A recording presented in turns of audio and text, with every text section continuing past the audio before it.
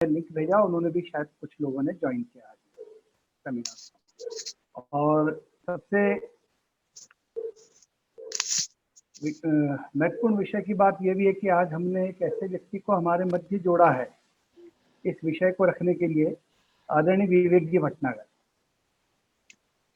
आप जैसे हम विवेकानंद की बात करते हैं वैसे ही आज विवेक जी विवेकानंद की बात करेंगे, और उतने ही आप उनको ज्ञान से परिपूर्ण पाएंगे। आपके बहुत सारे विषय जिज्ञासाएं जो होगी वो भी आपकी दूर होगी। और आज हमने एक नए तरीके से इस वेबिनार को करने का प्रयास किया है कि विवेक जी और हम दोनों बात करेंगे विवेकानंद के जीवन और प्रतिष्ठा, और उसी से बहुत सारे ऐसे विषय निकल करके आएंगे, ऐसी जानकारी निकल करके आएगी जो जिससे दोबारा हमारे सामने वो दर्शन हो जाए, और कैसे भारत आज भारत के रूप में पहचान करता है, विवेकानंद को कैसे जानते हैं, उसके बारे में हम बात कर पाएंगे।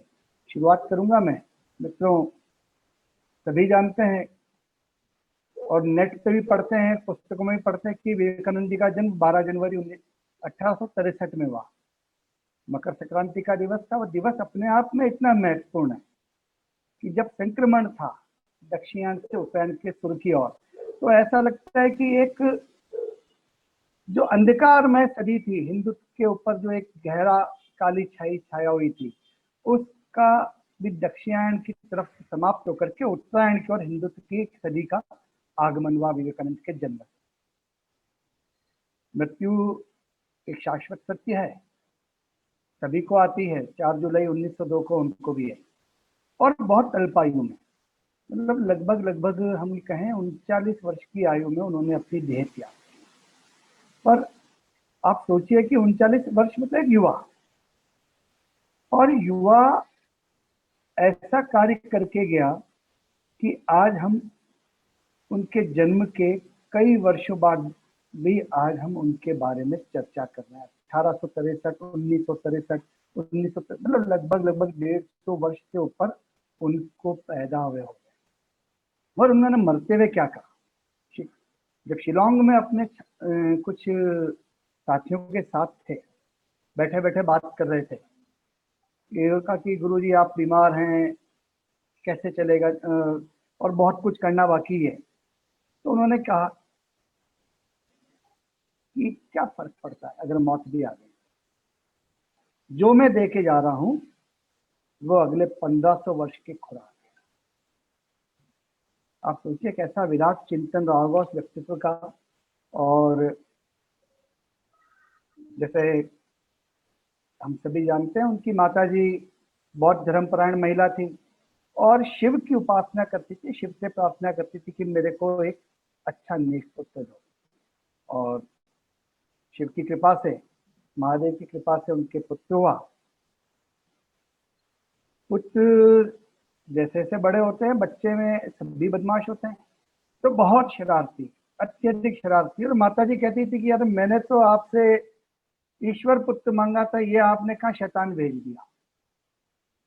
पर उसी शैतानी के अंदर एक प्रसंग आता है। लगभग 6 वर्ष के थे विवेकानंद, और मित्रों के साथ छत पे खेल रहे थे, और खेलते खेलते चूंकि माता की शिक्षा का, दीक्षा का, रामायण की कहानियां सुनाती थी, उपनिषद की कहानियां सुनाती थी, महाभारत की बातें करती थी उनके साथ, और उनको अपनी गोद में सुला करके मालिश करते थे। तो कई बार वो यूं लगता है सो जाते थे, पर ऐसा लगता है कि वो ध्यान मग्न हो जाते। और उसी ध्यान मग्न की परिस्थिति के अंदर सब दोस्त तो छत से भाग गए कि सांप आया सांप आया, और विवेकानंद उस समय ध्यान मग्न थे। उनके ऊपर लेश मात्र भी फर्क नहीं पड़ा कि ऐसा एक काला नाग है, नाग ने आया, देखा, विचरण किया और अपने स्थान पे चला गया। वो एक प्रारंभिक हमारे को जानकारी मिलती कि 6 वर्ष की आयु में भी वो ध्यान में थे, और उसी ध्यान से, आत्मावलोकन से उन्होंने, आप उनकी टीचिंग पढ़ते हैं कई, तो उसमें मिलता है, वो कहते भी हैं कई जगह।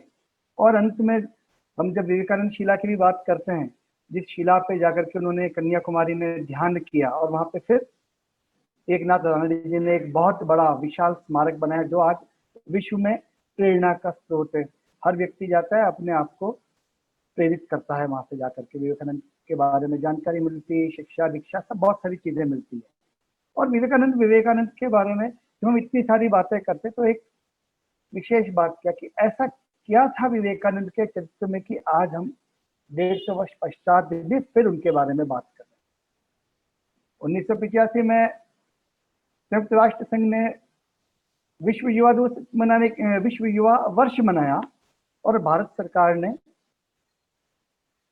विवेकानंद की जन्म जयंती को विश्व युवा दिवस के लिए मनाया।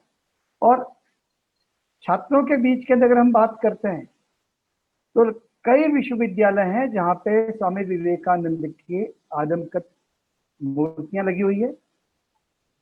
अभी ऐसा देखो तो ऐसा उन्होंने छात्रों के लिए क्या किया कि विश्वविद्यालयों में उनकी मूर्तियां हैं। विवेक जी इस पर थोड़ा बहुत प्रकाश भी डालेंगे हमारे मध्य बात करते हुए। और जैसा उनका चरित्र था, पूछते थे, बात करते थे, पढ़ते पढ़ते विद्यालय शिक्षाएं उनकी हुई, इंग्लिश मीडियम स्कूल में पढ़े, फिर एक और अंग्रेजी माध्यम विद्यालय महाविद्यालय से उन्होंने बीए की, स्नातक की डिग्री करी। इन सबके बीच क्योंकि मार्क्सी शिक्षण वैसा था उसका, एक जिज्ञासु प्रवृत्ति उत्पन्न रही। और चूंकि मेडिटेशन था तो मेडिटेशन मतलब आत्मावलोकन करना और ईश्वर की स्तुति में कहीं ना कहीं उनके मन में है कि ईश्वर कहाँ है, किसने देखा ईश्वर, जिससे मिलते उससे पूछते, उनने ईश्वर को कभी देखा नहीं। और ऐसे करते करते रविन्द्रनाथ टैगोर के जो भाई थे उनसे भी मिले, देवेंद्रनाथ जी टैगोर ब्रह्म समाज के काम करते थे, उनका भी उनके स्वामी विवेकानंद के जीवन में बहुत प्रभाव पड़ा। और जो कुरीतियां थी उस कालखंड में चलती थी, जाति पाति की कुरीतियां थी, ऊंच नीच थी, उन सब के विरोध में भी विवेकानंद ने वहीं पे एक उनको चिंतन मिला। और उस चिंतन के मध्य विवेकानंद जी ने उनसे भी पूछा कि आपने ईश्वर को देखा क्या? देवेंद्रनाथ जी ने कहा भाई मैंने तो नहीं देखा। और उनकी वो जिज्ञासु प्रवृत्ति चलती रही और लगभग 1881 का कालखंड आया जब वो दक्षिणेश्वर काली मंदिर के पुजारी रामकृष्ण परमहंस से मिले। उनके मित्रों ने कहा ये बहुत ज्ञानवान है और उनको कहा कि इन्होंने ईश्वर के दर्शन किए हैं। उनसे मिलो, उनसे पूछा आपने भगवान को देखा क्या, आपने ईश्वर को देखा क्या? तो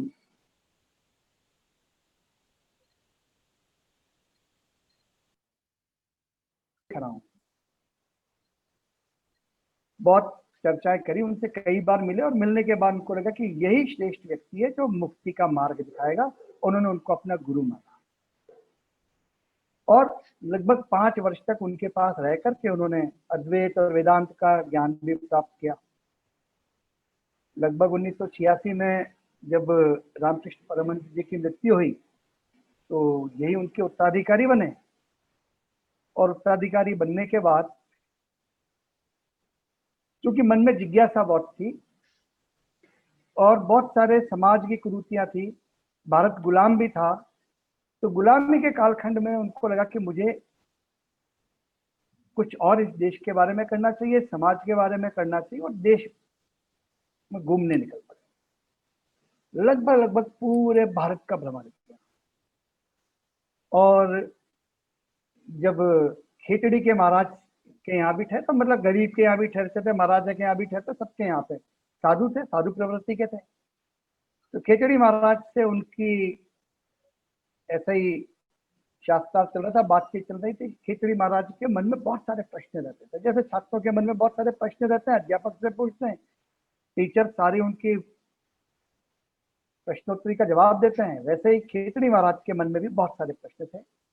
उनके प्रश्नों के उत्तर विवेकानंद ने बहुत सलीके से दिए, अच्छे के बुरे के। तो खेतड़ी महाराज उनसे इतने प्रभावित हुए तो उन्होंने वहां पे उनको कहा कि आप बहुत विवेकवान व्यक्ति हो, बहुत विवेकशील व्यक्ति हो। और वहां से उनका नामकरण विवेकानंद पड़ा। देखिए जीवन में घूमते घूमते घूमते घूमते जब उनको पता पड़ा कि 1893 के अंदर कि विश्व धर्म संसद हो रही है, उनके पास धन भी नहीं था, थोड़ी बहुत सहायता लेकर के गए अमेरिका शिकागो में। और ये उस समय का एक ऐसा विषय चल रहा था जब ईसाइयत ने एक वैश्विक षड्यंत्र के तहत विश्व धर्म संसद का आयोजन ही इसलिए करते थे कि वो अपनी क्रिश्चियनिटी को या ईसाइयत को सर्वश्रेष्ठ बताना और बाकी धर्मों को नीचा दिखाने का, ऐसी एक प्रवृत्ति के वजह से विश्व धर्म संसद का आयोजन हुआ। स्वामी विवेकानंद जी भी गए और एक छोटी सी गीता को वहां पे रखा हुआ था, और उनके पास तो वो आमंत्रण भी नहीं था, पर वो जिनके वहां पे अतिथि बने, उन अतिथि ने एक व्यवस्था कर दी कि चलो स्वामी जी का भी 5 मिनट का एक उद्बोधन हो जाए। और स्वामी जी का जो उद्बोधन हुआ, जो अभी हमने थोड़ी देर पहले सुना, वो कालजयी उद्बोधन। पहली लाइन से उन्होंने उसको कहते हैं ना, झंडे गाड़ दिए, sisters and brothers of America. उस एक कालजयी पंक्ति ने विवेकानंद के वैश्विक चरित्र का गठन किया, वो गढ़ा। वैश्विक चरित्र तो थे ही, पर विश्व ने उनको जाना। फिर जब उन्होंने जो सब बातें कही, वो आगे विवेक जी हम चर्चा में करेंगे, वो भी बात निकल के आएगी। और एक विषय और कहूंगा कि कितने विलक्षण प्रतिभा के थे कि वो विद्यालय में एक दिन बातें कर रहे थे अपने साथी से। सामान्य अपने सब बच्चे लोग बात करते रहते हैं, अपन आपस में बात कर रहे थे, तो एकदम अध्यापक को कुछ गुनगुन गुनगुन की आवाज सुनाई दी। तो उन्होंने पूछा, ए खड़े हो जाओ, मैं क्या बोल रहा था बताओ। तो उन्होंने जो जो अध्यापक ने अब तक पढ़ाया था सब पढ़ा बता दिया। तो अध्यापक को लगा कि यार बात ये नहीं कर रहा था, बात कोई और कर रहा था। पूरी कक्षा जो अटेंटिव सुन रही थी, उनसे पूछा कि आप बताओ, कोई जवाब नहीं दे पाया। आप सोचिए कितना शार्प माइंडेड, एकाग्रचित्त होकर के वो टीचर की बात भी सुन रहे थे और अपने मित्र से भी बात कर रहे थे। और ऐसी जो विलक्षण प्रतिभा है, उसको नाते उनको एक नाम और मिला, वो नाम था श्रुतिधरा, कि जो श्रवण किया उसको धारण किया। ऐसी विलक्षण प्रतिभा के व्यक्तित्व स्वामी विवेकानंद थे। बहुत बहुत बातें कही, आजादी में कैसा रहा, हिंदुत्व का क्या विषय रहा। मैं विवेक जी से भी बात करना चाहूंगा। विवेक जी भाई साहब, इस बारे में जो नेशनलिज्म की बात करते हैं, कल्चरल नेशनलिज्म की बात करते हैं, उस बारे में आप थोड़ा सा प्रकाश डालें। देखिए, विवेकानंद के बारे में सबसे पहले इस बात को हमको सुनना और समझना चाहिए। विवेकानंद वो पहले व्यक्ति थे जिन्होंने कहा, कठोपनिषद से एक श्लोक को सबको सुनाया कि उत्तिष्ठ जागृत प्राप्य वरन बोधिते। इसका मतलब क्या होता है कि आप जो है, उत्तिष्ठ का मतलब खड़ा होने से नहीं है। यहाँ पर आप अपने आत्मिक बल को खड़ा कीजिए, ज्ञान को प्राप्त कीजिए, और जब तक आपको बुद्धत्व प्राप्त नहीं हो तब तक लगातार काम करिए। ये चीज उन्होंने पहली बार लोगों को समझाने का प्रयास किया लंबे समय के बाद। इससे पहले ऐसा विचार प्रस्तुत करने वाले जो लोग कहे जाने चाहिए, उनमें सबसे प्रमुख नाम आदि शंकर का आना चाहिए। उन्होंने भी इसे ही कुछ बातें कही। उससे पहले बुद्ध हुए, तो बुद्ध ने भी कुछ ऐसा ही विषय प्रस्तुत किया।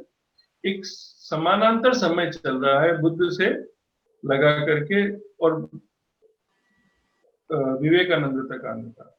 ये समय करीब 2600 साल के अंतर से नजर आता है। या ओवरऑल देखें तो भारतीय परंपरा से भी देखें तो ये करीब 3000 साल अंतर, 3000 साल के करीब।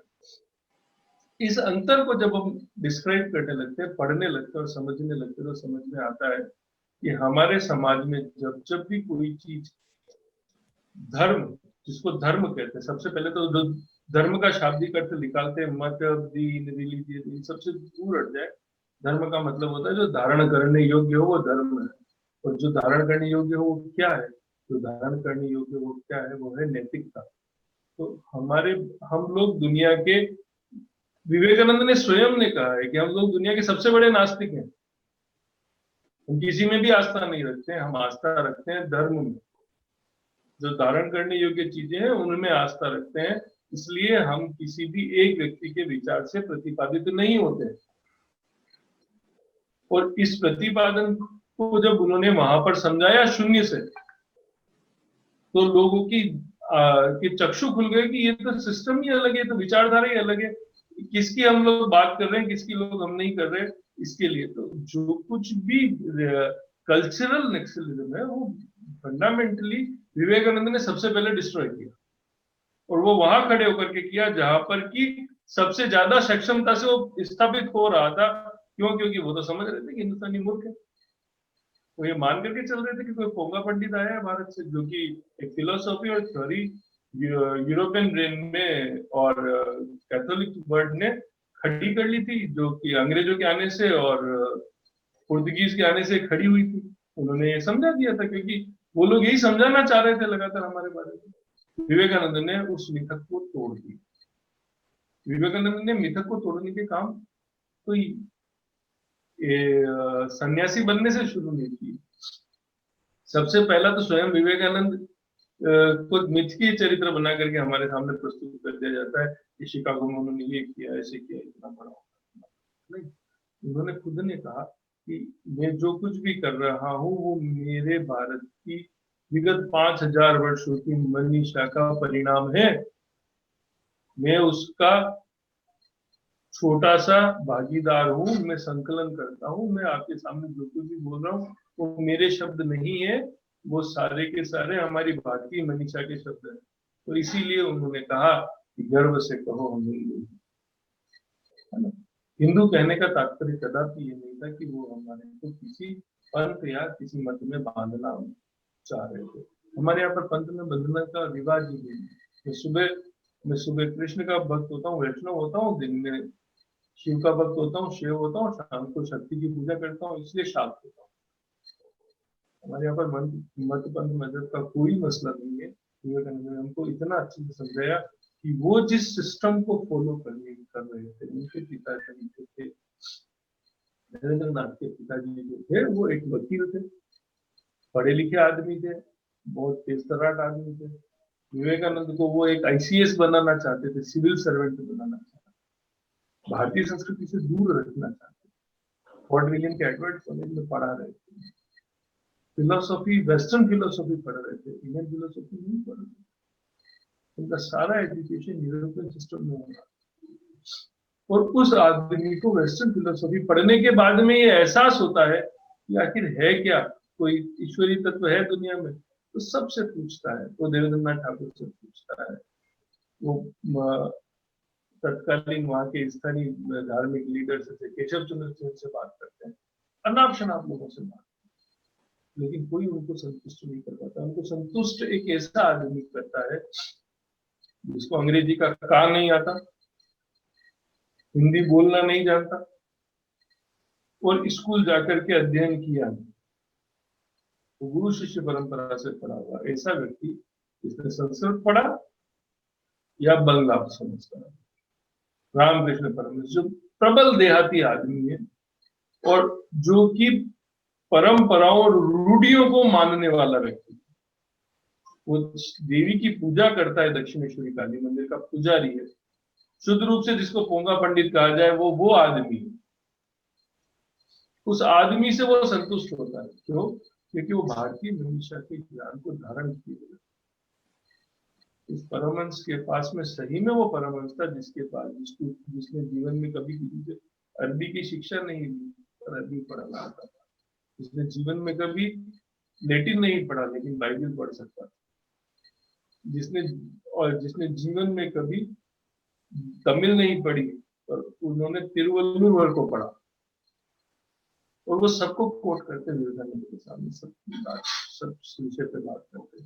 और जब विवेकानंद पूछते हैं कि क्या आपने ईश्वर को देखा, पूर्ण प्रबलता और पूर्ण शक्ति से कहते कि आपने देखा है।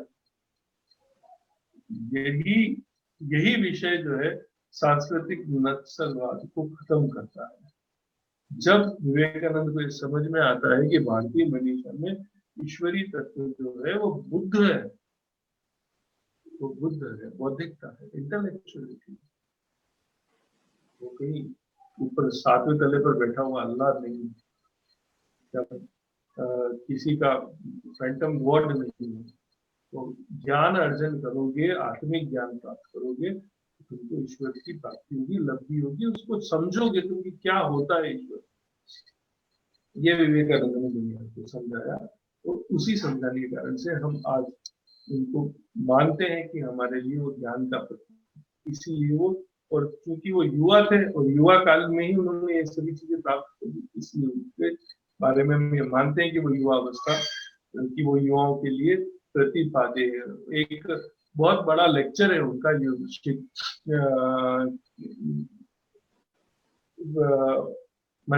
मैसाचुसेट्स यूनिवर्सिटी का, जो यूनिवर्सिटी में जाते हैं वहां पर, तो उनसे स्टूडेंट्स पूछते हैं कि आप हमको क्या पढ़ाना चाहेंगे। तो उन्होंने कहा कि मैं आपको कुछ नहीं पढ़ाना चाहता, आप स्वयं पढ़िए, मैं तो पढ़ाने आया भी नहीं हूँ। तो फिर आप करते क्या है दिन भर? उन्होंने कहा मैं फालतू की बातों में समय बर्बाद करने के मुकाबले फुटबॉल के मैदान में अपना पसीना बहाना पसंद। तो आश्चर्यचकित रह गए कि ऐसा क्या जवाब दे रहे थे। उन्होंने कहा कि वास्तविकता में शारीरिक श्रम और स्वस्थ शरीर में ही स्वस्थ मन का निवास होता है, और जो स्वस्थ मन और स्वस्थ श्रम से काम करेगा वही शिक्षा प्राप्त कर सकता है, वही बुद्धत्व प्राप्त कर सकता है, वही ज्ञान प्राप्त कर सकता है। इस चीज को पहली बार किसी यूरोपीय को किसी ने समझाया होगा कि ऐसा होता है।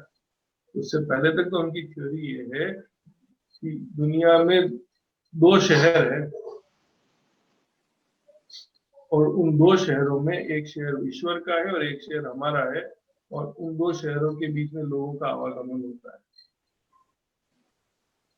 ये एडम स्मिथ का सिद्धांत है फिलोसॉफी का, दो शहरों का सिद्धांत। तो वो ये समझ रहे थे, वो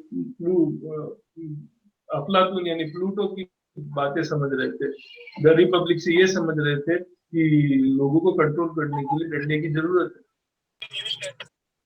अब तक यूरोप यही समझ रहा था, फिलोसॉफी की इसी पार्ट से समझ रहे थे। लेकिन जब विवेकानंद ने वैशेषिक का विश्लेषण किया तो लोगों को समझ में आया कि नहीं, जीव और आत्मा का संबंध वैज्ञानिक होता है। कण सिद्धांत समझाते हैं, पार्टिकल थ्योरी समझाई जाती है, वैशेषिक दर्शन से पार्टिकल थ्योरी समझाई जाती है। तो पार्टिकल थ्योरी हम सब साइंस के स्टूडेंट पार्टिकल थ्योरी को समझते हैं जब, तो वो कल्चरल इंपेरियलिज्म या नेक्सलिज्म को खत्म करती है, क्योंकि साइंटिफिक हो जाती है। लेकिन चूंकि हाइपोथेटिकल वे में जब पढ़ाई जाती चीजों को, तो कहते हैं कि assume that and do that, but नहीं, भारत में ऐसा नहीं होता है। विवेकानंद ने जब वैशेषिक के बाद में उन्होंने जब सांख्य को कहा, सांख्यकारी का पर एक्सप्लेनेशन दिया, तो उन्होंने ये भी लिखा कि प्रत्यक्ष प्रमाण को ही समझा जाए, शिक्षा का विधान भी प्रत्यक्ष प्रमाण के माध्यम से होना चाहिए। ये हमारे युवाओं को समझाने की जरूरत है विवेकानंद की। और आज भी मैथ्स को अगर हम लोग फैक्ट एंड फैक्चुअलिटी से पढ़ेंगे तो बहुत इजी हो जाएगी, बहुत इजी मैथ्स है उस लेवल पर आकर के। लेकिन जैसे ही हम लोग हाइपोथेटिकल पढ़ते हैं कि exam that x is that, वहां पर गड़बड़ी हो जाती है, क्योंकि हम लोगों को पता है कि अवेलेबल नहीं, और हम इसे नॉन अवेलेबल को अवेलेबल मान करके कर रहे हैं। तो ये गड़बड़ी उन्होंने निकाली कि अवेलेबल है, मैं अवेलेबल हूँ सामने सबके, और आपकी बातों का जवाब देने के लिए भी तैयार हूँ। तो ये सभी बातें एक्सपोज करी उन्होंने, तो उनको माना गया कि वो तो युवा हृदय सम्राट है। लोगों ने माना, स्वीकार किया, उनको फॉलो किया। इसके लिए एक और उदाहरण है कि हेनरिटा मूलर के साथ में वो लंदन के पास में किसी गार्डन में घूम रहे थे।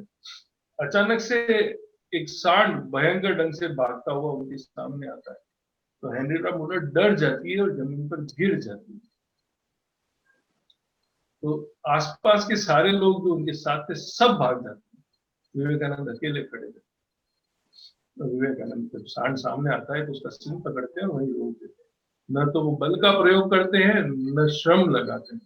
हेनरिटा मूलर अचंभित रह जाते, तो पूछते हैं स्वामी जी, ये कैसे हो सकता है कि एक आदमी इतने प्रबल बुल को, सांड को ऐसे आसानी से रोक ले? तो मैंने कहा इसके लिए शरीर की प्रबलता की आवश्यकता नहीं है, मन की प्रबलता। स्थिर चित्त और स्थित प्रज्ञ किसी भी चीज को नियंत्रित कर सकते। स्ट्रेटेजी ऑफ वॉर जो समझाती है उसमें भी यही कहा गया है कि सैनिक स्थिर चित्त होना चाहिए और सैनिक का जनरल स्थित प्रज्ञ होना चाहिए। जब ये दोनों साथ होंगे तो हम लोग लड़ाई में भी जीतेंगे और जीवन में भी जीतेंगे। तो जब, लेकिन दोनों एक साथ कैसे होंगे? गुरु जो है वो स्थित प्रज्ञ हो और शिष्य जो हो स्थिर चित्त हो। तो हमारा गुरु तो स्थित प्रज्ञ है विवेकानंद, और स्थिर चित्त हम लोगों को होना है उसके लिए। इसलिए वो युवा हृदय के लिए बहुत आवश्यक होती है, और यही सांस्कृतिक नक्सलवाद से मुक्ति का साधन है, बहुत बड़ा साधन है।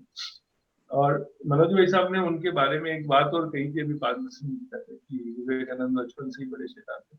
वो तो इतने शैतान थे कि कितना स्थित प्रज्ञ व्यक्ति होगा कि छोटा सा बच्चा जो है अपने घर से बाहर निकलता है और घर आसपास के सारे लोग कहते हैं कि बरगद में ब्रह्म राक्षस रहता है। बच्चा है 7 साल का बच्चा है, 7-8 साल का बच्चा है, और बाहर निकल करके आता है और खड़ा होता है और देखता है कि वो कहता है कि आज इस ब्रह्म राक्षस को हम जांच कर रहे हैं कि कैसा ब्रह्म राक्षस होता है। तो वो बरगद के पेड़ पर चढ़ जाते हैं और उल्टा केंची मार करके उल्टा लटक जाते हैं। माँ कहती है कि नीचे उतर जा, ब्रह्म राक्षस इसमें मर जाएगा, क्या कर रहा है।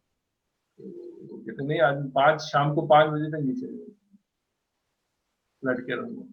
सुबह 10-11 बजे का किस्सा है और शाम को 5 बजे तक मुझे लटकना है, मैं देखना चाहता हूँ ब्रह्म राक्षस बाहर गिर जाता है। माँ कूदती हुई चली जाती है कि ये बच्चा समझने काबिल नहीं है, बहुत जिद्दी आदमी है, इसके पिताजी आएंगे तो इसको आज कुछ डांटेंगे, समझाएंगे। शाम को 5-6 बजे के करीब वो पेड़ से उतरते और वो कहते हैं कि माँ इसमें कोई ब्रह्म राक्षस तो आता नहीं, पर इस पेड़ की खासियत है मेरी सांसें रुकने लगती। वो इसको साइंटिफिकली पकड़ते हैं कि सही मायने में जब पेड़ अपना ब्रीदिंग करता है तो उसमें से जो चीज निकल रही है, कार्बन मोनोऑक्साइड का प्रोडक्शन हो रहा है, उसकी सांसों में अटकाव आता है। वो अपनी माँ को ये बात समझाता है और वो उस मिथक को तोड़ते हैं कि इसमें ब्रह्म राक्षस होता है, बच्चे उसकी बात में आराम से खेलते फिर उसको रोकता नहीं। तो छोटा सा विवेकानंद जो है वो जिज्ञासु प्रवृत्ति का है, व्यक्ति बनने की बात कहते हैं, वो तक पहुंचा है। ये जिज्ञासु प्रवृत्ति ही विवेकानंद को छोटे से बड़ा बनाती है। मरने से पहले विवेकानंद एक बहुत अच्छी बात अपने बच्चों स्टूडेंट्स को कहते हैं। विवेकानंद अपने स्टूडेंट्स को अपने मरने से पहले उस दिन भोजन कराते हैं और उसके बाद में कहते हैं कि मैं जाकर के आराम करूंगा, रिलैक्स करूंगा, मुझे उठाने को नहीं आना। तो उनसे उनके कुछ शिष्य पूछते हैं कि आखिर गुरु जी आज आप मना क्यों कर रहे हैं, मुझे उठाने में कोई नहीं। ठीक है, आज आराम करने का मैंने, तो मुझे हिलाए डुलाने का नहीं है। तो उनसे पूछते हैं कि आखिर जीवन और मृत्यु का संबंध आज कल आपने मुझे कहा था कि बात करेंगे, तो आज हमें समझाइए। तो अपने मरने से पहले स्टूडेंट्स को कहते हैं कि जीवन और मृत्यु का संबंध यही है कि अगर व्यक्ति स्वयं को समझ ले तो वो जिंदा नहीं रह सकता। लाइफ में death is the point where the man will understand himself, Vivekananda के वर्ड है। और ये शब्द सबसे पहले दुनिया में किसने कहे हैं, तो ऋग्वेद की 30वीं ऋचा में ये शब्द कहे गए हैं। Life death is the where the man attain himself as a atma, है ना। इसके बाद में गीता में कृष्ण ने कहे वांसा से जिंदा नहीं था। जब वो कृष्ण कहते हैं कि शरीर आत्मा शरीर को वैसे ही बदलती है जैसे कि जीर्ण कपड़ों को शरीर बदलता है, तो that the same thing Vivekananda से। इतना बढ़िया डिस्क्रिप्शन दुनिया में बिना किसी श्लोक को बोले कह देना, सहजता से बोल देना, विवेकानंद की खासियत है। और इसी खासियत के कारण गुरु ने उनका चयन किया एक शिष्य के तौर पर, एक महापरमहंस योगी ने चयन किया है, वो शिष्य नहीं बने उनके। विवेकानंद जब पहली बार दक्षिणेश्वरी गए तो परमहंस के पास बैठे तो परमहंस से 50 सवाल किए। परमहंस दंग हो गए, उससे चिढ़ गए। तो उन्होंने कहा नरेंद्र तू मेरे पास बैठ, मैं तेरे को बताता हूँ क्या होता है। तो उन्होंने नरेंद्र बैठा पास में और उन्होंने उसकी पीठ पर पैर रख दिया। विवेकानंद का आत्मिक लोप हो गया, उनको अपना शरीर ही महसूस नहीं हो रहा था। खुद लिखते हैं विवेकानंद कि मेरा आत्मिक लोप हो गया है, मेरा शरीर मुझे महसूस नहीं हो रहा है, मैं किसी को समझ नहीं पा रहा हूँ, कुछ देख नहीं पा रहा हूँ, सारी दुनिया में सारा ब्रह्मांड मेरी आंखों के सामने घूम रहा है और मैं कहाँ पहुंच गया। तो फिर जोर से चिल्लाए कि ठाकुर तुमने ये क्या कर दिया, मेरा परिवार है, मेरे पिता की मृत्यु हो चुकी है, मेरी बहन की शादी बाकी, मैं करूंगा क्या, तुम मेरा ये हाल कर दोगे, तुम मैं कैसे घर चलाऊंगा। उन्होंने कहा अभी समय नहीं आया, पैर हटाते उनकी पीठ से लाते उसको सामान्य करते हैं और कहते हैं कि अभी ये समय नहीं आया, समय आती तेरे को वापस से तो आना पड़ेगा। तो वो दक्षिणेश्वर से चले जाते। उसके बाद में करीब 2 साल तक उन्होंने जीवन में कभी दक्षिणेश्वरी का रास्ता नहीं दिया, गए नहीं, क्योंकि उनको ये समझ में आ रहा था कि क्या होने वाला है।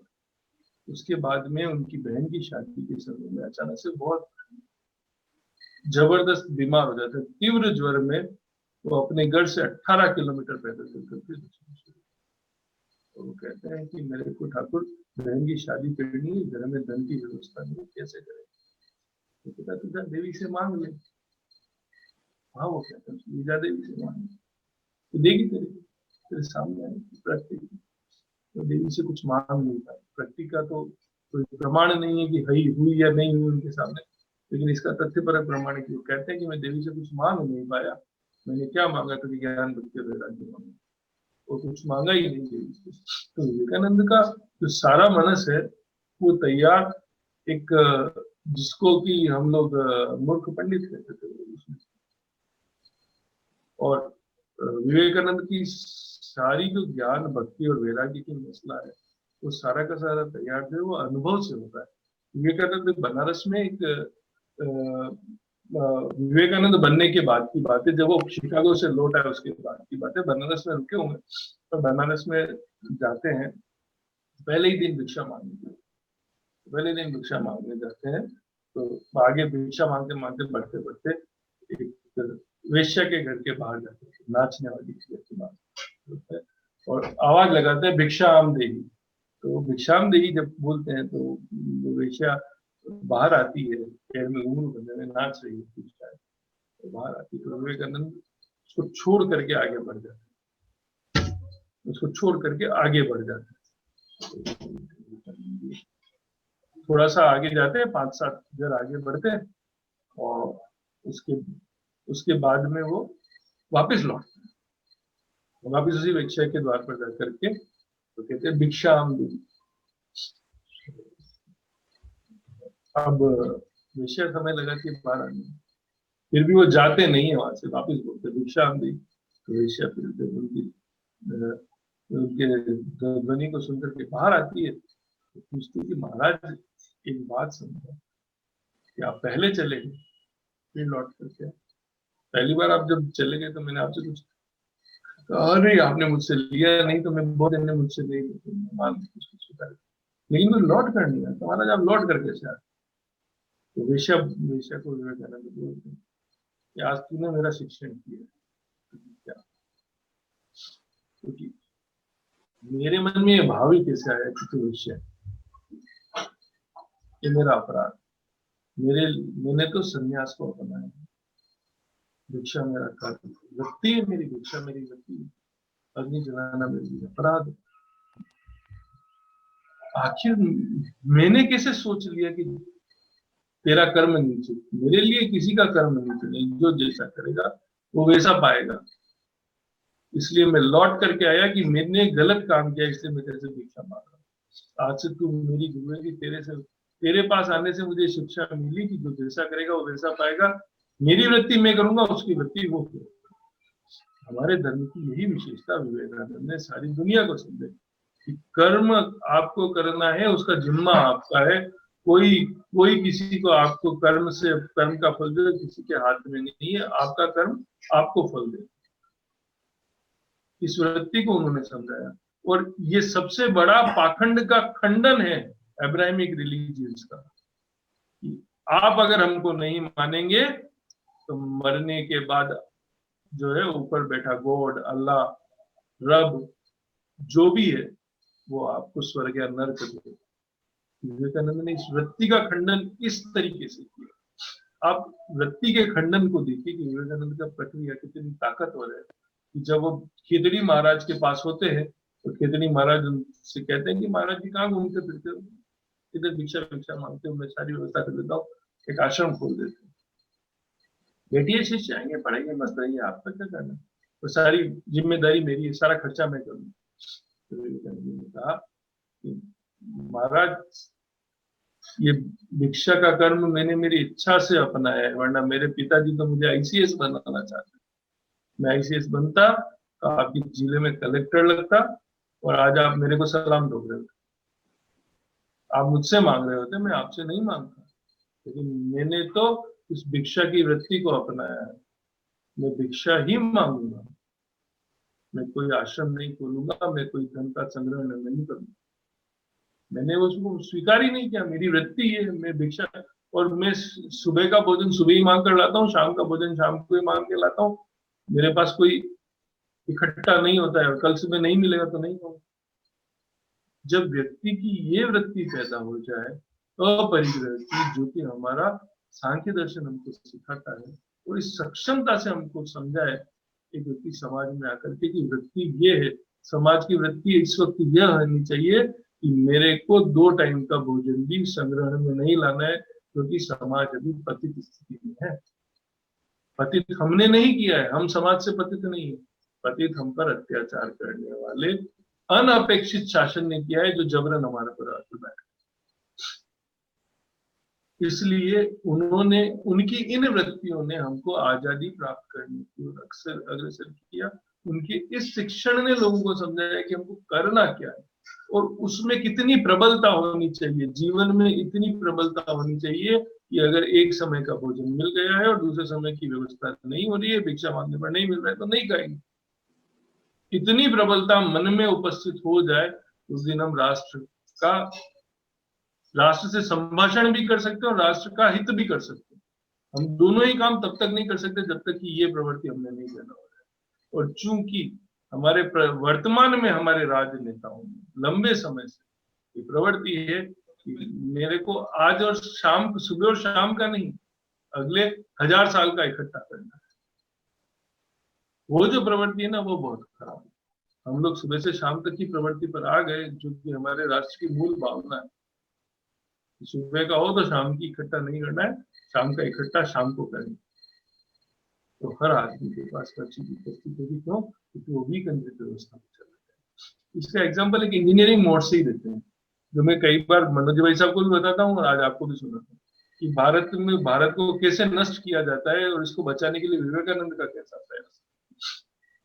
विवेकानंद वो पहले व्यक्ति हैं जिन्होंने कि भारत में विदेशी विरोध के बाद में सवाल खड़ा किया था ब्रह्म समाज की बैठक में, कि अगर हम लोग विदेशी मटेरियल का उपयोग बंद कर देंगे तो उसका रिप्लेसमेंट कैसे दोगे, लोगों की आदत है। तो बंगाल केमिकल्स खुलता है। तो बरसों तक जो लोग स्टूडेंट्स को तो ये पता नहीं है, इस पीढ़ी को तो, लेकिन जो शिक्षण कर रहे हैं उन सबको पता है कि कितने लोगों ने कैंथराइड इन ऑयल, कैंथराइड शैम्पूज, टूथब्रश, साबुन सब यूज किए। बंगाल के विवेकानंद की प्रेरणा सहज भाव नहीं था, और इसके बैकग्राउंड में और भी लोग थे, तो विवेकानंद एक प्रेरणा पात्र। हाँ हाँ भाई साहब, एक बात और जिक्र करूंगा। जब विवेकानंद जी शिकागो जा रहे थे तो उनकी जमशेदजी टाटा से भेंट हुई। हाँ बिल्कुल।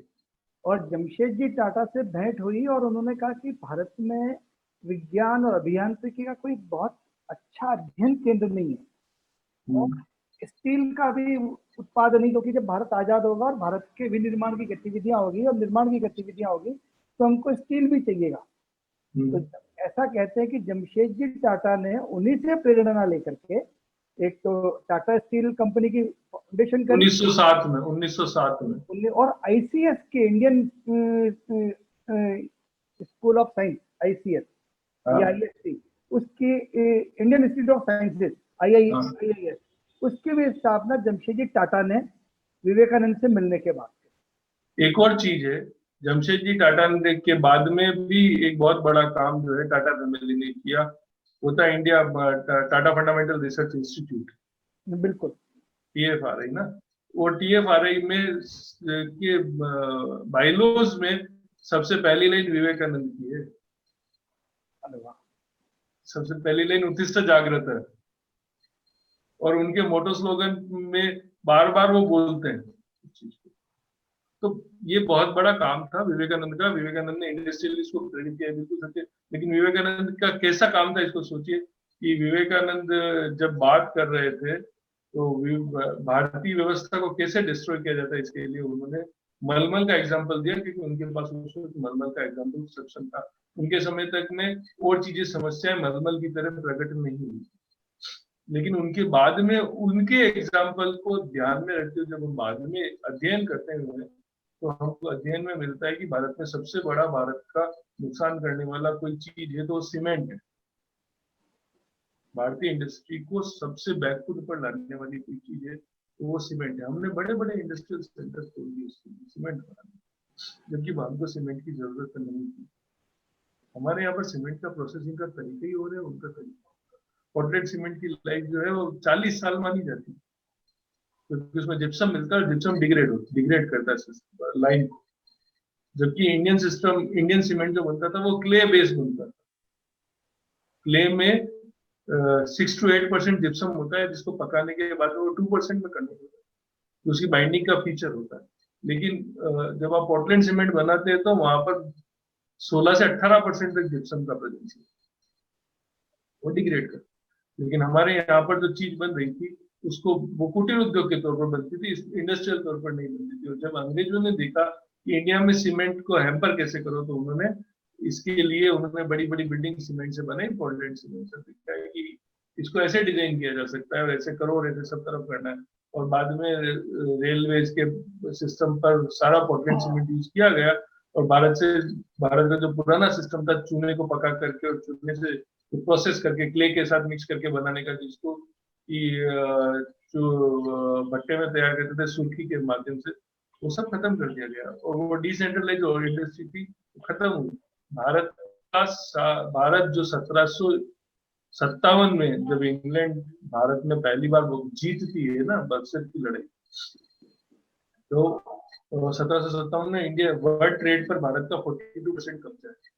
दुनिया के इकोनॉमिक जीडीपी में भारत 42% है। क्या हुआ? और वही वर्ल्ड ट्रेड की इकोनॉमी में भारत जब आजाद होता है तो 0.02% होता है। इंग्लैंड ने इस तरीके से भारत के उद्योग धंधों को खत्म किया और करीब 400 ट्रिलियन की लूट करी। इंग्लैंड भारत की आजादी के 70 साल में वो 400 ट्रिलियन खत्म करके खा पी के बर्बादी की स्थिति में खड़ा है। तो ब्रेजिक में रो ही रहा है। और हमारा इंडस्ट्रियल डेवलपमेंट जैसे ही इंग्लैंड जाता है वापस हो जाता है, हम लोग सब तैयार हो जाते हैं। हम लोग आज इकोनॉमिकली उस ले डाउन में नहीं है जिस ले डाउन में इंग्लैंड हमको छोड़ के गया। और मैं गारंटी से मानता हूं कि अगर विवेकानंद के विचारों से अगर भारत का विकास किया जाए तो मेरा पूर्ण विश्वास है कि आने वाले समय में अगर हमारे इंडिजीनियस टूल सिस्टम को ले, सारे इंजीनियरिंग टूल्स बनाए, जो भी इंजीनियरिंग सिस्टम है, स्टडी के मेथड है, वो सारे इंडिजीनियस हो जाएंगे। तो गारंटेड है कि हम लोग अगले 20 साल 30 साल में जो है दुनिया में वही 42% के आसपास आके खड़े हो जाएंगे। इसका सबसे सुंदर एग्जाम्पल ये है कि सिविल इंजीनियरिंग में मटेरियल बिल्डिंग, जिसको कहते हैं बिल्डिंग मटेरियल इंजीनियरिंग का सारा सब्जेक्ट जो है दुनिया का सबसे पहला सब्जेक्ट इंडिया ने लिखा है। और उस किताब का नाम जो है वो एक इंजीनियर भारत में नहीं जानता आज भी। वो कोई व्यक्ति जो है सम्रांगण सूत्राधार का नाम नहीं जानता। इतने इंजीनियर्स अभी भी बैठे हैं, कितने लोगों ने सम्रांगण सूत्राधार पढ़ा होगा, जिसमें कि engineering design, structural design and building material, 3 चीजों को डिस्क्राइब किया गया। कोई नहीं पढ़ता, किसी को पता नहीं। और उसमें उसने 3 फेज बताया है, 3 फेज बताया उसमें भी कि आम आदमी के लिए कैसा होना चाहिए, और फिर गवर्नमेंट बिल्डिंग्स के लिए क्या होना चाहिए, रिलीजियस बिल्डिंग्स के लिए क्या होना चाहिए। तीनों के सिस्टम अलग अलग समझाए कि खर्चा कौन किस में कितना करे। तो इतना बढ़िया सिस्टम को हम नहीं पढ़ते। इसीलिए विवेकानंद ने मैकाले की शिक्षा पद्धति का बहुत ज्यादा विरोध किया, और उन्होंने कहा कि ये जो मैकाले की शिक्षा पद्धति है जन साधारण को जीवन संघर्ष के लिए तैयार नहीं करती है, बिल्कुल ना ये चरित्र निर्माण कर रही है, बिल्कुल, और ये जन भावना को विकसित भी नहीं करती है, बिल्कुल। और ना ही मैकाले की शिक्षा पद्धति आज के युवाओं में शेर जैसा साहस पैदा करती है। उन्होंने कहा कि जब ऐसा नहीं होता तो ऐसी शिक्षा पद्धति का क्या काम। और इसीलिए विवेकानंद से प्रेरणा लेकर के जब ये नई शिक्षा पद्धति का निर्माण जो आज की सरकार कर रही है, और हमें लगता है कि आने वाले समय में उसके अंदर हमको एक सकारात्मक प्रभाव नजर आएगा। जिन विषयों को भी आपने चर्चा करी, विवेक की सम्रांगण सूत्रधार और ऐसे भारद्वाज की बेईमानी की, ऐसे बहुत सारे ग्रंथ आज उनका अनुवाद चल रहा है। और आईआईटी के अंदर तो ये इनके चैप्टर से जुड़ ही गए हैं, और हमारे जो ये दूसरे अभियंत्रिकी कॉलेज है जो AICTE से जुड़े हुए हैं, इनमें भी धीरे धीरे वो चैप्टर्स, वो क्लासेस और वो सेक्शंस क्रिएट हो जाएंगे आने वाले टाइम के अंदर। एक विशेष बात और कहना चाहूंगा कि जो मैंने बीच में भी जब शुरुआत में भी कही थी कि विवेकानंद ही भारत की आजादी के सूत्रधार थे। उन्होंने जनमानस को जागृत करने का काम किया और हम टेंजिबल इफेक्ट तो गांधी जी के रूप में या सुभाष चंद्र बोस के या भगत सिंह चंद्रशेखर आजाद के प्रयासों के अंदर नजर आता है हमारे को, और एक जो इनटेंजिबल इफेक्ट है उसके मूल सूत्रधार जो है कोई अगर है तो वो स्वामी विवेकानंद है। अकेले विवेकानंद नहीं है, इसमें हमको दो लोगों के और नाम लेने पड़ेंगे जी। उसमें अरविंदो घोष है जी और दूसरे दयानंद सरस्वती। ये लोग पूरा टेंजिबल इम्पैक्ट रखते हैं अपना और प्रॉपर इम्पैक्ट रखते हैं जितना कि विवेकानंद रखते हैं। दुनिया में पहली बार जो है किसी व्यक्ति ने अगर बाइबल और कुरान के सक्षम विश्लेषण और खंडन किए हैं उनमें होने वाली गलत चीजों को, तो वो दयानंद सरस्वती ने लोगों को जागृत करने का काम किया। सत्यार्थ प्रकाश में उन्होंने लिखा उसको, सत्यार्थ प्रकाश में बिल्कुल स्पष्ट रूप से बाइबल को भी वो कई जगह वो सही चीज को सही लिख रहे हैं, गलत चीज को गलत लिख रहे हैं, कंडेम कर रहे हैं। उनको चैलेंज करने के लिए कोई सामने नहीं आता था, आज भी कोई नहीं आता है सत्यार्थ प्रकाश को क्लेम करने के लिए कि इसमें कुछ भी गलत। लेकिन उसी व्यक्ति के लेखन, ऐसे लेखन के कारण कुछ किताबें भारत में लिखी गई जिनमें वन इज हमें कृष्ण की गीता जलानी पड़ेगी, बाजार में बिकने को है, और कई जगहों से बेची गई, कई जगहों से बेची गई। तो इनके रिपरकेटिव इफेक्ट है बाद के थे, बाद में उसके रिपरकेटिव इफेक्ट में और भी किताबें आई जिनके एग्जाम्पल हम दे सकते हैं, उसकी यहाँ कोई आवश्यकता नहीं है। लेकिन ऐसे लोग भी थे जिन्होंने की जनमानस को इस तरीके से जागृत किया। दूसरी बात ये थी कि विवेकानंद जिस जनमानस को जागृत कर रहे थे, उस जनमानस को जागृत करने का भाव उनका ये था कि भारत का इलाइट मास जो है वो इन जो कि यूरोपियन बर्डन के कारण यूरोप की तरफ भाग रहा है, यूरोप की तरफ दौड़ रहा है, वो लोग जो है वो भारतीयता की तरफ आते हैं। उनका सबसे बड़ा सक्षम प्रयास है। जबकि दयानंद का जो प्रयास है वो ये है कि भारत के लोग जो है वो भारतीयता को सीखें। एक आदमी जो है वो भारतीयता से भागने वाले लोगों को अपनी तरफ ला रहा है और दूसरा व्यक्ति जो है भारत के लोगों को भारतीयता सिखाने का प्रयास कर रहा है, जिसके कारण से एंग्लो वैदिक कॉलेज स्कूल खुलते हैं, डीएवी खुलते हैं। एक व्यक्ति डीएवी के लिए प्रिपरेशन करता है, दूसरा व्यक्ति डीएवी तक लोगों को पहुंचाने के लिए प्रिपरेशन करता है। तो हम लोग इंडिविजुअलिटी से इन लोगों को देखें, ऐसा नहीं हो सकता है कि हम लोग ये कहते हैं कि इसका इस इम्पैक्ट ऐसा है, इसका इम्पैक्ट ऐसा नहीं। ये टोटलिटी में एक फ्रेम है। हर 500-700 साल में, 1000 साल में एक ऐसा फ्रेम चेंज आता है जबकि जनमानस को बदलने के लिए दार्शनिक पैदा होता है। जब बुद्ध बड़े हो रहे हैं और बुद्ध जब दार्शनिक बन रहे हैं तो अकेले बुद्ध दार्शनिक है ऐसा नहीं है भारत, क्योंकि बुद्ध का प्रचार प्रसार अंग्रेजों ने इसलिए किया इतना ताकत से, बुद्ध के बारे में इतनी बात वो इसलिए करते थे कि उनको ये लगता था कि बुद्ध का जो संगठन का तरीका है वो बिल्कुल वैसे ही है जैसा कि कैथोलिक चर्च का। इसलिए वो बुद्ध को बहुत बड़ा फॉलोअर, बुद्ध के बड़े फॉलोअर थे भारत में। इंडियंस को क्रिश्चियन इस बुद्ध के माध्यम से कर सकते हैं। उनको ये पता नहीं था कि बुद्ध जो है, बुद्ध हो या कोई भी हो, हमारे जड़ में कोई भी ये दावा ही नहीं करता है कि कोई धर्म या मजहब होना चाहिए, है ना। बुद्ध के साथ में कई सारे लोग पैदा हो रहे थे, जिसमें आजीवक संप्रदाय के मोकली बुद्ध थे और कपुत कच्छायन नाम के एक नितांत भौतिकवादी संप्रदाय बनाते हैं, फिर आनंद मार्गी बनता है, उसी पीरियड में बनता है, जैनिज्म उसी पीरियड में डेवलप करता है। इसी तरीके से जब विवेकानंद ये सब कर रहे हैं तो ब्रह्म समाज भी आ रहा है, प्रार्थना समाज भी आ रहा है, विवेकानंद भी आ रहे हैं, दयानंद भी आ रहे हैं, वारिंदर घोष जो युगांतर पत्रिका निकाल करके लोगों को जगा रहे हैं, और उनके छोटे भाई अरविंद जो है वो इंडियन फिलोसॉफी को, जो कि 8 साल की उम्र में इंग्लैंड चले गए तो लौट करके आए, इंडियन फिलोसॉफी को पढ़ते हैं और इंडिया के सबसे मास्टरपीस इंडियन फिलोसॉफी लोगों को सिखाते हैं। तो ये पूरा सिस्टम खड़ा होता है, उस सिस्टम का फेस कौन है, उस सिस्टम का चेहरा विवेकानंद। एक शरीर बना, दर्शन का शरीर बना और दर्शन का चेहरा विवेकानंद बना। क्यों? क्योंकि उनके शब्दों में वो प्रामाणिकता और वो ओज था कि वो लोगों को जागृत कर सकते थे, वो लोग समझा सकते थे, वो बता सकते थे, आम आदमी को आम आदमी की भाषा में समझा सकते थे, इसलिए वो चेहरा बने। लेकिन दयानंद वैसा चेहरा नहीं बन सकते, अरविंदो आश्रम तक ही सीमित है। लेकिन विवेकानंद जन जन में है। इसका कारण ये कि वो आम आदमी के लिए, बुद्ध जन जन में गए, क्योंकि महावीर की तरह भी कठोर, महावीर की तरह वो कठोर भी नहीं है और आजीविकों की तरह वो विगलित भी नहीं है। वो व्यवस्थित ढंग से पूरा मार्ग खड़ा करते हैं। अब इसको कोई मूर्खतापूर्ण ढंग से मध्यम मार्ग कह दे तो ये गलत बात है।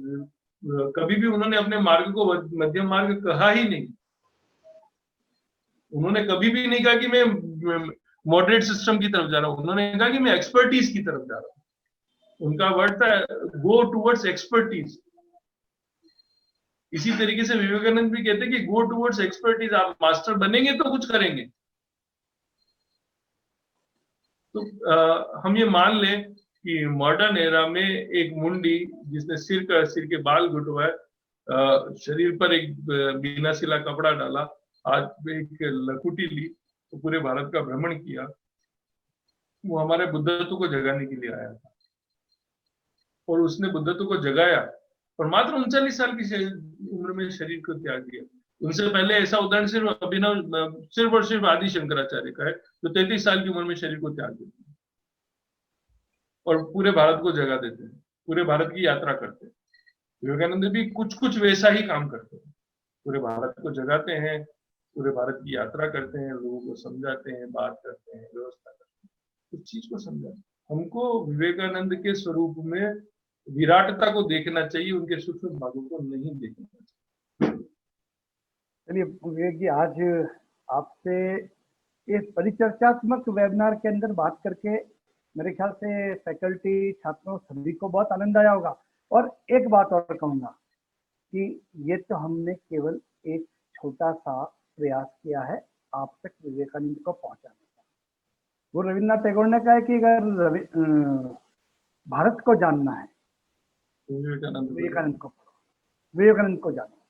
तो विवेकानंद को जानेंगे, विवेकानंद को पढ़ेंगे, उसको अपने जीवन में उतारेंगे, उनकी शिक्षाओं को अपने जीवन में उतारेंगे, तो हम इस भारत को वो परम वैभव तक पहुंचाने का जो प्रयास हमारे ऋषि मुनियों मनीषियों ने किया, विवेकानंद ने प्रयास किया, वहां तक पहुंचा पाएंगे।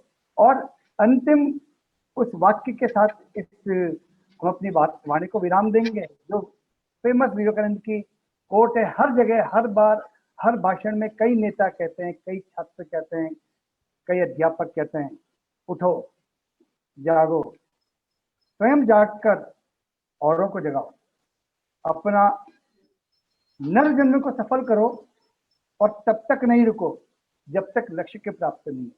बहुत बहुत धन्यवाद साथियों, शुभकामनाएं, नमस्कार। Thank you very much for taking the time and enlightening us on the topic. It was a fabulous session. Now, if the audience has any questions, please do ask them right now, or you can write them in the chat box. We shall wait for a little while. Sure. Or we will proceed.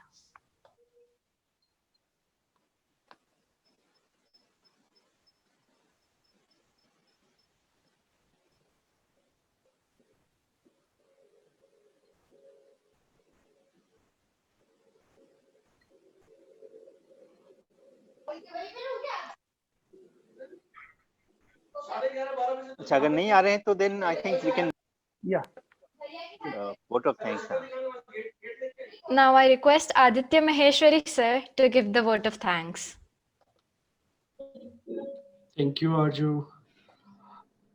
Manoj sir and doctor Vivek sir, बहुत बहुत धन्यवाद। आज आपके विवेकानंद जयंती के ऊपर आपने छात्रों को और हम सभी फैकल्टी ग्रुप को बहुत अच्छा संदेश दिया है। मैं मनोज सर की बात, जो मनोज सर ने लास्ट में स्वामी विवेकानंद जी का कोट था, उसको मैं संस्कृत में ही वापस रिपीट करना चाहूँगा। उन्होंने बोला था कि उठस्थ प्राप्त जागृत वरानी बोधत, उठो, अपने लक्ष्य के पीछे काम कंटिन्यूसली करते रहो और अपने लक्ष्य को हासिल करो।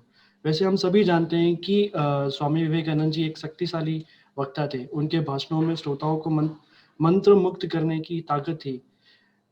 हाँ, उनके जीवन के स्वामी विवेकानंद के नाम इतिहास में एक ऐसे विद्वान के रूप में दर्ज है जिन्होंने मानवता की सेवा को अपना सर्वोपरि धर्म माना है।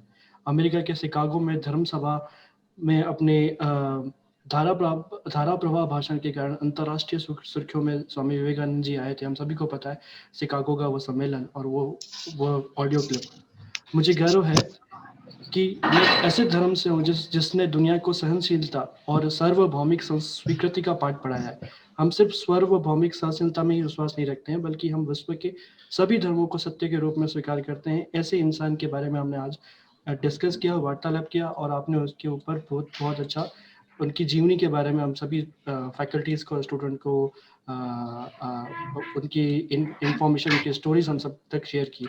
सिर्फ बहुत बहुत धन्यवाद आप लोगों का, आप इस वार्तालाप में हमारे साथ जुड़े और बच्चों को और हम फैकल्टी को मार्गदर्शन करें। Thank you very much from Techno India NGO sir.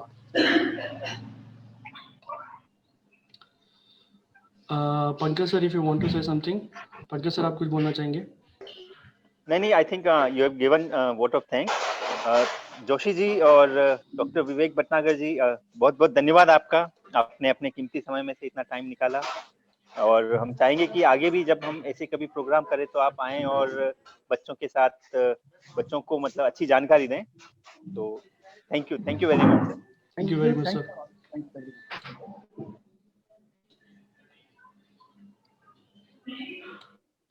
Thank you, Arjun.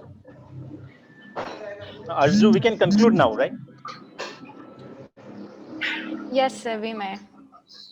Thank you, everyone, for sparing your time and being here with us. It was a great session, and thank you to the eminent speakers.